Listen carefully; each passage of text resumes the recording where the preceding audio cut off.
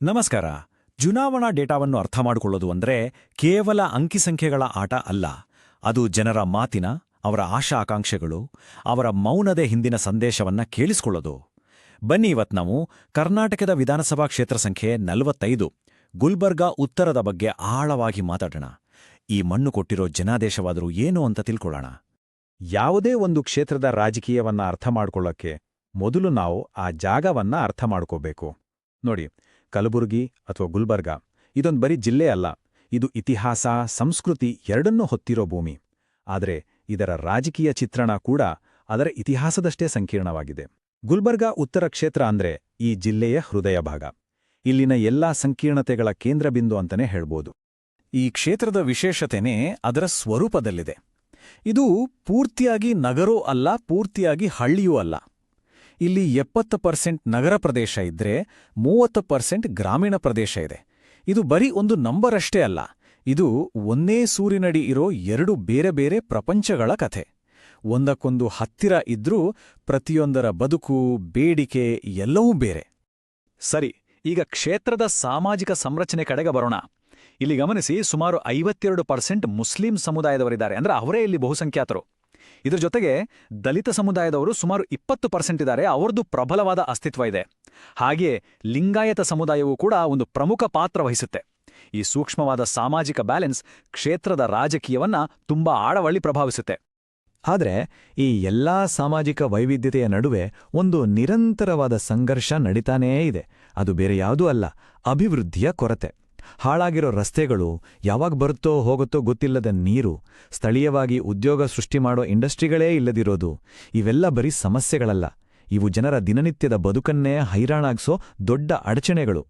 ಈ ಕ್ಷೇತ್ರ ಮೂಲಭೂತ ಸೌಕರ್ಯ ಮತ್ತು ಆರ್ಥಿಕ ಅವಕಾಶಗಳ ಒಂದು ದೊಡ್ಡ ಕೊರತೆಯನ್ನ ಎದುರಿಸ್ತಿದೆ.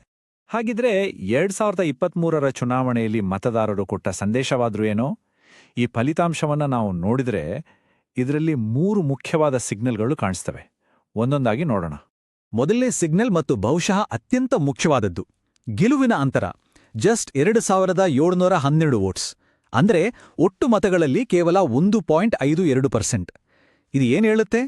ಇದು ಯಾವ ಪಕ್ಷಕ್ಕೂ ಸಿಕ್ಕಿರೋ ಸ್ಟ್ರಾಂಗ್ ಮ್ಯಾಂಡೇಟ್ ಅಲ್ಲ, ಬದಲಿಗೆ ಇದು ಒಂದು ವಾರ್ನಿಂಗ್ ಬೆಲ್. ಮತದಾರರು ಸ್ಥಿರವಾಗಿಲ್ಲ, ಅವರು ಬದಲಾವಣೆ ಬಯಸ್ತಿದ್ದಾರೆ, ಉತ್ತಮ ಪರ್ಫಾರ್ಮೆನ್ಸ್ ಕೇಳ್ತಿದ್ದಾರೆ ಅಂತ ಸ್ಪಷ್ಟವಾಗಿ ಹೇಳ್ತಿದೆ. ಎರಡನೇ ಸಿಗ್ನಲ್ ಅಭಿವೃದ್ಧಿಯ ಬಗ್ಗೆ. ಮತದಾರರು ದೊಡ್ಡ ದೊಡ್ಡ ಐಡಿಯಾಲಜಿಗಳ ಬಗ್ಗೆ ತಲೆಕೆಡಿಸ್ಕೊಂಡಿಲ್ಲ, ಅವರ ಮುಖ್ಯ ಕಾಳಜಿ ಇರೋದು ತಮ್ಮ ದಿನನಿತ್ಯದ ಅಗತ್ಯಗಳ ಬಗ್ಗೆ. ಅವರಿಗೆ ಬೇಕಾಗಿರೋದು ಒಳ್ಳೆ ರಸ್ತೆ, ಶುದ್ಧ ಕುಡಿಯೋ ನೀರು ಮತ್ತು ಮುಖ್ಯವಾಗಿ ತಮ್ಮ ಮಕ್ಕಳಿಗೆ ಒಂದು ಒಳ್ಳೆ ಭವಿಷ್ಯ ಅಂದ್ರೆ ಉದ್ಯೋಗ. ಕ್ಷೇತ್ರದ ಮೂಲಭೂತ ಸಮಸ್ಯೆ ಅಂದ್ರೆ ಅದು ಅಭಿವೃದ್ಧಿಯ ಕೊರತೆ. ಮತ್ತು ಮೂರನೇ ಸಿಗ್ನಲ್, ಇದು ಲೀಡರ್ಶಿಪ್ ಬಗ್ಗೆ. ಮತದಾರರು ತಮ್ಮ ನಡುವಿನ, ತಮಗೆ ಸಿಗೋ ತಮ್ಮ ಕಷ್ಟಗಳನ್ನ ಅರ್ಥ ಮಾಡ್ಕೊಳ್ಳೋ ನಾಯಕನ್ನ ಹುಡುಕ್ತಿದ್ದಾರೆ. ಪ್ಯಾರಾಶೂಟ್ ಕ್ಯಾಂಡಿಡೇಟ್ ಅಂತಾರಲ್ಲ, ಅಂದ್ರೆ ಚುನಾವಣೆಗೋಸ್ಕರ ಎಲ್ಲೋ ಹೊರಗಡೆಯಿಂದ ಬಂದು ನಿಲ್ಲೋರು, ಅಂಥವರನ್ನ ಜನ ತಿರಸ್ಕರಿಸ್ತಿದ್ದಾರೆ. ಅವ್ರಿಗೆ ಬೇಕಾಗಿರೋದು ಸ್ಥಳೀಯ ನಾಯಕ, ತಮ್ಮ ಒಳಗಿನ ಮನುಷ್ಯ.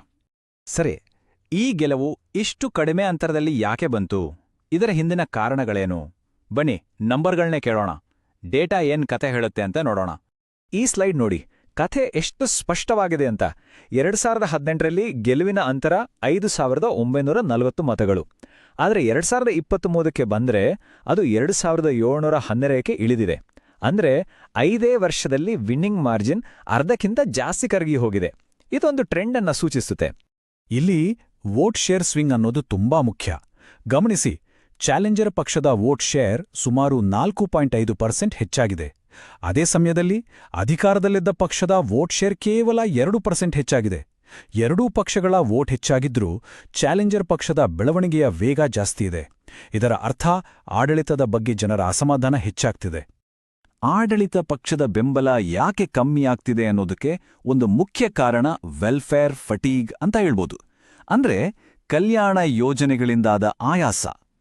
ಸರ್ಕಾರದ ಯೋಜನೆಗಳು ಸರಿಯಾದ ಸಮಯಕ್ಕೆ ಸರಿಯಾದ ರೀತಿಯಲ್ಲಿ ಜನರಿಗೆ ತಲುಪದೇ ಇದ್ದಾಗ ಅವರಿಗೆ ಸಿಸ್ಟಮ್ ಮೇಲಿನ ನಂಬಿಕೆ ಹೊರಟೋಗುತ್ತೆ. ಮನೆ ಕಟ್ಟೋ ಯೋಜನೆ, ಪೆನ್ಷನ್ ಸ್ಕೀಮ್ ಇವುಗಳಲ್ಲಿನ ಲೀಕೇಜ್, ವಿಳಂಬ ಇವೆಲ್ಲ ಫಲಾನುಭವಿಗಳಿಗೆ ನಿರಾಸೆ ಮೂಡಿಸಿವೆ. ಈ ಕ್ಷೇತ್ರ ಒಂದೇ ಹೆಸರಿನಲ್ಲಿರೋ 2 ಬೇರೆ ಬೇರೆ ಕ್ಷೇತ್ರಗಳಿದ್ದಾಗೆ. ನಗರ ಮತ್ತು ಗ್ರಾಮೀಣ ಭಾಗಗಳ ನಡುವೆ ದೊಡ್ಡ ವ್ಯತ್ಯಾಸವಿದೆ. ಸಿಟಿಯಲ್ಲಿ ಒಳಚರಂಡಿ ವ್ಯವಸ್ಥೆ ಸರಿಯಿಲ್ಲ ಅನ್ನೋದು ದೊಡ್ಡ ತಲೆನೋವಾದ್ರೆ ಹಳ್ಳಿಗಳಲ್ಲಿ ನೀರಾವರಿ ಸೌಲಭ್ಯ, ಮಾರುಕಟ್ಟೆಗೆ ಹೋಗೋಕೆ ಒಳ್ಳೆ ರಸ್ತೆಗಳೇ ಇಲ್ಲ. ಸಮಸ್ಯೆಗಳು ಬೇರೆ ಬೇರೆ ಇದ್ರೂ ಎಲ್ಲದರ ಮೂಲ ಒಂದೇ: ಅಭಿವೃದ್ಧಿಯ ಕೊರತೆ. ಆದ್ರೆ ಇವೆಲ್ಲಕ್ಕಿಂತ ದೊಡ್ಡ ಸಮಸ್ಯೆ ಯುವಕರ ಉದ್ಯೋಗದ ಸಮಸ್ಯೆ. ರಾಜ್ಯದ ಸರಾಸರಿಗಿಂತ ಇಲ್ಲಿ ನಿರುದ್ಯೋಗದ ಪ್ರಮಾಣ ತುಂಬಾ ಹೆಚ್ಚಿದೆ. ಓದಿ ಡಿಗ್ರಿ ಹಿಡಿದುಕೊಂಡಿರೋ ಯುವಕರಲ್ಲಿ ಇದು ಸಿಕ್ಕಾಪಟ್ಟೆ ಆಕ್ರೋಶಕ್ಕೆ ಕಾರಣವಾಗಿದೆ. ಅವ್ರ ಮಾತುಗಳಲ್ಲೇ ನೋವಿದೆ. ಬದಲಾವಣೆ ಆಗತ್ತೆ ಅಂತ ಓಟ್ ಹಾಕ್ತೀವಿ, ಆದ್ರೆ ನಮ್ಗೇನು ಉದ್ಯೋಗ ಸಿಗ್ಲಿಲ್ಲ. ನೋಡಿ, ನಮ್ಮ ಸಂವಿಧಾನದಲ್ಲಿ ಘನತೆ ಅನ್ನೋ ಪದಕ್ಕೆ ಬಹಳ ದೊಡ್ಡ ಅರ್ಥವಿದೆ. ಘನತೆ ಅಂದ್ರೆ ಏನು? ಅದು ತಲೆ ಮೇಲೆ ಒಂದು ಸೂರು, ಕುಡಿಯೋಕೆ ನೀರು, ಹೊಲದಿಂದ ಮಾರುಕಟ್ಟೆಗೆ ಹೋಗೋಕೆ ಒಂದು ದಾರಿ ಮತ್ತು ನಮ್ಮ ಮಕ್ಕಳಿಗೆ ಒಂದು ಉದ್ಯೋಗ. ಜನರ ಈ ಮೂಲಭೂತ ಅಗತ್ಯತೆಗಳನ್ನು ಪೂರೈಸೋದು ಕೇವಲ ರಾಜಕೀಯದ ಕೆಲಸ ಅಲ್ಲ, ಅದೊಂದು ಸಾಂವಿಧಾನಿಕ ಕರ್ತವ್ಯ. ಈ ಸತ್ಯವನ್ನ ಅರ್ಥ ಮಾಡ್ಕೊಳ್ಳೋಕೆ ನಾವು ಡೇಟಾ ಬಳಸಿದಾಗ ಕಾನೂನಿನ ಚೌಕಟ್ಟಿನಲ್ಲಿ ಪ್ರತಿಯೊಬ್ಬರ ಖಾಸಗಿತನವನ್ನ ಗೌರವಿಸೋದು ನಮ್ಮೆಲ್ಲರ ಜವಾಬ್ದಾರಿ. ಈ ಬದಲಾವಣೆ ಒಂದೇ ದಿನದಲ್ಲಿ ಆಗಿದ್ದಲ್ಲ, ಇದೊಂದು ನಿರಂತರ ಪ್ರಕ್ರಿಯೆ. 2018ರಲ್ಲಿ ವೋಟಿಂಗ್ ಪರ್ಸೆಂಟೇಜ್ 54.2% ಇತ್ತು. 2023ಕ್ಕೆ ಬರುವಷ್ಟರಲ್ಲಿ ಅದು 58.2% ಆಗಿದೆ. ಅಂದ್ರೆ ಜನ ಹೆಚ್ಚು ಜಾಗೃತರಾಗಿದ್ದಾರೆ, ತಮ್ಮ ಹಕ್ಕಿನ ಬಗ್ಗೆ ಮಾತಾಡ್ತಿದ್ದಾರೆ, ತಮ್ಮ ಬೇಡಿಕೆಗಳನ್ನು ಮುಂದಿಡ್ತಿದ್ದಾರೆ. ಇದರ ಒಟ್ಟು ಸಾರಾಂಶ ಏನು? ಒಂದಾನೊಂದು ಕಾಲದಲ್ಲಿ ಸೇಫ್ ಸೀಟ್ ಅಂತ ಕರೆಸ್ಕೊಳ್ತಿದ್ದ ಈ ಕ್ಷೇತ್ರ ಈಗ ವೊಲಟೈಲ್ ಸೀಟ್ ಅಂದ್ರೆ ಅಸ್ಥಿರ ಕ್ಷೇತ್ರವಾಳಿ ಬದಲಾಗಿದೆ. ಗುಲ್ಬರ್ಗಾ ಉತ್ತರದ ಜನ ತಮ್ಮ ಮತವನ್ನ ಇನ್ನು ಮುಂದೆ ಸುಲಭವಾಗಿ ತೆಗೆದುಕೊಳ್ಳಲು ಬಿಡೋದಿಲ್ಲ ಅನ್ನೋ ಸ್ಪಷ್ಟ ಸಂದೇಶವನ್ನ ಕೊಟ್ಟಿದ್ದಾರೆ. ಜನ ಎಲ್ಲವನ್ನೂ ಗಮನಿಸ್ತಿದ್ದಾರೆ. ಹಾಗಾದ್ರೆ ಇಂಥವುದೇ ಸವಾಲುಗಳನ್ನ ಎದುರಿಸಿದ ಕರ್ನಾಟಕದ ಬೇರೆ ಕ್ಷೇತ್ರಗಳಿಂದ ಕಲಿಬೇಕಾದ ಪಾಠಗಳೇನು? ಬೇರೆ ಕಡೆ ವರ್ಕ್ ಆದ ಸ್ಟ್ರಾಟಜಿಗಳು ಇಲ್ಲಿ ಹೇಗೆ ಸಹಾಯ ಮಾಡಬಹುದು? ನೋಡೋಣ ಬನ್ನಿ. ಹಾವೇರಿಯಂತಹ ಕ್ಷೇತ್ರಗಳನ್ನು ನೋಡಿದ್ರೆ ಗೆಲುವಿನ ದಾರಿ ಯಾವುದು ಅಂತ ಸ್ಪಷ್ಟವಾಗುತ್ತೆ. ಮೊದಲನೆಯದಾಗಿ ಅಭಿವೃದ್ಧಿಯ ವಿಷಯವನ್ನ ಮುಂದಿಟ್ಟುಕೊಂಡು ಎಲ್ಲಾ ಸಮುದಾಯಗಳನ್ನ ಒಟ್ಟಿಗೆ ತರಬೇಕು. ಚರ್ಚೆ ಜಾತಿ ಧರ್ಮದ ಬಗ್ಗೆ ಅಲ್ಲ, ಬದಲಿಗೆ ಒಳ್ಳೆ ಶಾಲೆ, ಶುದ್ಧ ನೀರು, ರಸ್ತೆಗಳ ಬಗ್ಗೆ ಆಗಬೇಕು. ಎರಡನೆಯದಾಗಿ ಜನರ ಕಣ್ಣಿಗೆ ಕಾಣಿಸ್ಬೇಕು, ಕೈಗೆ ಸಿಗಬೇಕು. ಚುನಾವಣೆ ಬಂದಾಗ ಮಾತ್ರ ಬಂದು ಹೋಗುವುದಲ್ಲ, ನಿರಂತರವಾಗಿ ಜನರ ಜೊತೆ ಇರಬೇಕು, ಅವರ ಕಷ್ಟ ಸುಖದಲ್ಲಿ ಭಾಗಿಯಾಗಬೇಕು. ಆಗ ಮಾತ್ರ ನಂಬಿಕೆ ಹುಟ್ಟೋದು. ಸರಿ, ಇಲ್ಲಿಯವರೆಗೆ ವಿಶ್ಲೇಷಣೆ ಆಯ್ತು. ಈಗ ಗುಲ್ಬರ್ಗಾ ಉತ್ತರಕ್ಕೆ ಮುಂದಿನ ದಾರಿ ಏನು? ನಾವು ಒಂದು ನಿರ್ದಿಷ್ಟ ಡೇಟಾ ಆಧಾರಿತ ಮತ್ತು ಅಳತೆ ಮಾಡಬಹುದಾದ ಆಡಳಿತದ ನೀಲನಕ್ಷೆಯನ್ನ ನೋಡೋಣ. ಈ ನೀಲನಕ್ಷೆಯಲ್ಲಿ 3 ಮುಖ್ಯ ಅಂಶಗಳಿವೆ. 1.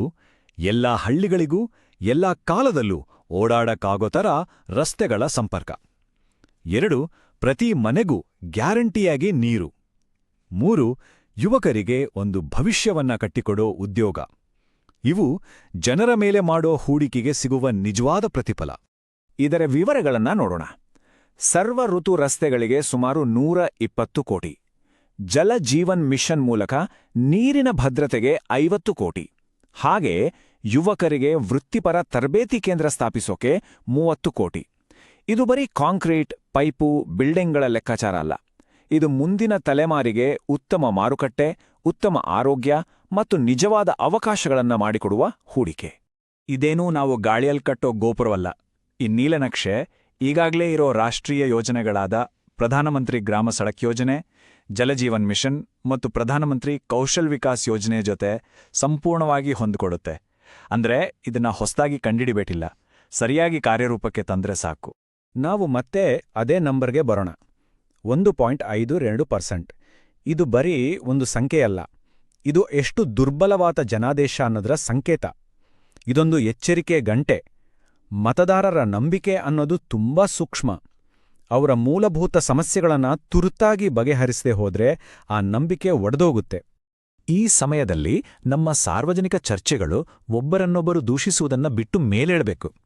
ಚರ್ಚೆಗಳು ಪಾರದರ್ಶಕತೆ, ಜವಾಬ್ದಾರಿ ಮತ್ತು ಪ್ರತಿಯೊಬ್ಬ ಪ್ರಜೆಯ ಘನತೆಯ ಬಗ್ಗೆ ಇರಬೇಕು. ಸತ್ಯವನ್ನ ತಿಳಿಯಲು ನಾವು ಡೇಟಾವನ್ನ ಬಳಸುವಾಗ ಭಾರತದ ಡೇಟಾ ಸಂರಕ್ಷಣಾ ಕಾನೂನುಗಳನ್ನು ಗೌರವಿಸಿ ಜವಾಬ್ದಾರಿಯಿಂದ ನಡೆದುಕೊಳ್ಳುವುದು ಅತ್ಯಗತ್ಯ. ಕೊನೆಯದಾಗಿ ಗುಲ್ಬರ್ಗಾ ಉತ್ತರಕ್ಕೆ ಒಂದು ವಿಷನ್, ಒಂದು ದೃಷ್ಟಿಕೋನ ಬೇಕಾಗಿದೆ. ಅಲ್ಲಿ ಚರ್ಚೆಗಳು ಸಮುದಾಯದ ಬಗ್ಗೆ ಅಲ್ಲ, ಸಾಮರ್ಥ್ಯದ ಬಗ್ಗೆ ನಡಿಬೇಕು. ವಿಭಜನೆಯ ಬಗ್ಗೆ ಅಲ್ಲ, ಅಭಿವೃದ್ಧಿಯ ಬಗ್ಗೆ ನಡಿಬೇಕು. ಅಲ್ಲಿನ ಒಬ್ಬ ಯುವಕ ಅಥವಾ ಯುವತಿ ನಾನು ಇಲ್ಲೇ ಇದ್ದು ಒಂದು ಒಳ್ಳೆ ಬದುಕು ಕಟ್ಟಿಕೊಳ್ಳಬಲ್ಲೆ ಅನ್ನೋ ಆತ್ಮವಿಶ್ವಾಸವನ್ನು ಹೊಂದುವಂತಹ ವಾತಾವರಣ ನಿರ್ಮಾಣವಾಗಬೇಕು. ನೀವು ಜನಕೇಂದ್ರಿತ ನಾಯಕರಾಗಲು ಮತ್ತು ನಿಮ್ಮ ಕ್ಷೇತ್ರವನ್ನು ಉನ್ನತೀಕರಿಸಲು ಬಯಸಿದ್ರೆ blueprintstrategies.ai ಅನ್ನೋ mgr@blueprintstrategies.ai ನಲ್ಲಿ ಸಂಪರ್ಕಿಸಿ ಅಥವಾ 084-204-1602ಗೆ ಕರೆ ಮಾಡಿ. ರಾಜಕೀಯವನ್ನು ಮೀರಿದ ಉದ್ದೇಶ.